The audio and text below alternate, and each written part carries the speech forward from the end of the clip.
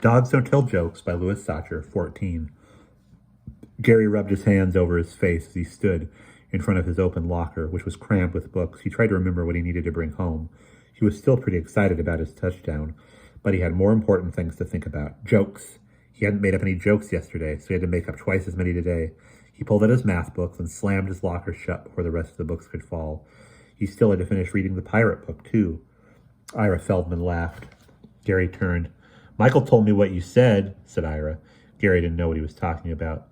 Maybe you can take it back and they'll give you a new one, Ira said in a dumb-sounding voice that was supposed to be an imitation of Gary's. Gary remembered the Bob Bremley baseball card, that one of the Higgins twins had showed him.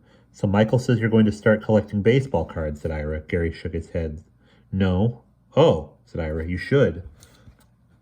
There it was again. Why in the world should he collect baseball cards? I collect hats, he said. Ira looked at him, studying Gary like he might study one of his baseball cards. Why do you always tell jokes? Gary shrugged. He didn't bother to tell Ira that he'd actually stopped telling jokes. To make people laugh? Why? Asked Ira. He shrugged again. People like to laugh. Ira thought about it for a moment. Yeah, I guess you're right, he said, like it was true for other people, though not necessarily for him. Gary walked away talking to himself. Why do I like to make people laugh? What kind of question is that? Everyone likes to laugh. It's good to laugh. I should ask Ira why he collects baseball cards. That's what I should do. Goon, think fast! A football was coming at his face. He held up his math book just in time. The ball hit it and knocked it out of his hands. Joe and Zach laughed. Gary laughed too as he picked up the ball. Going long, said Zach, and he took off. It took a moment for Gary to realize what he was supposed to do.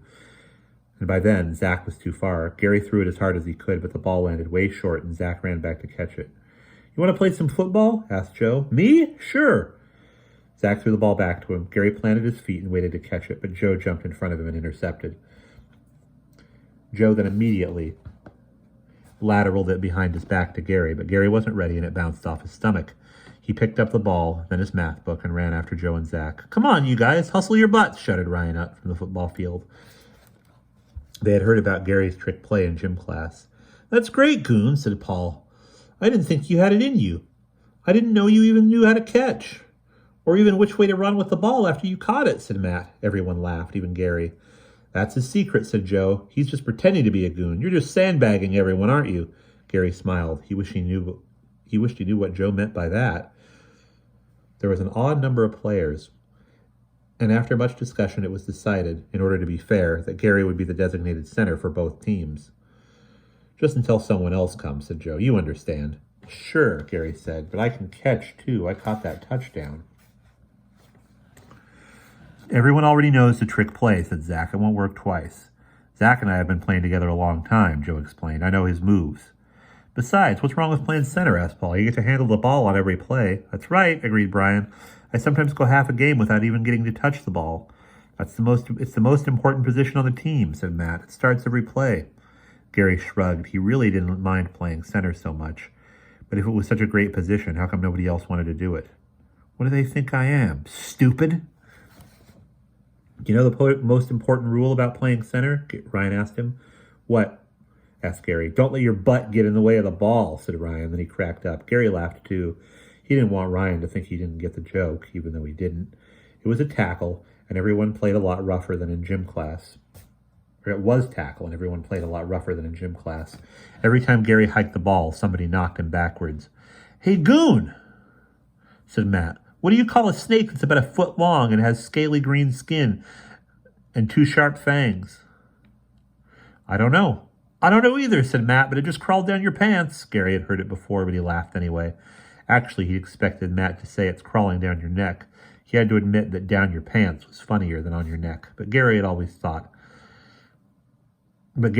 thought of two other punchlines. What do you call a snake that's about a foot long, has scaly green skin, and two sharp fangs? Sir, what do you call a snake that's about a foot long and has scaly green fangs and has scaly green skin and two sharp fangs? Cecil. Why Cecil? Because that's his name. I'm sharp today, he thought. I'm so sharp I have to be careful I don't cut myself. He realized he should have been home making up jokes. Now all he'd really have time to do was go home, eat dinner, do his math homework, and finish reading the pirate book. Well, what's one day, he thought. One day doesn't matter. Besides, friends are important too. He hiked the ball, then Paul knocked him backwards. And that is the end of chapter 14.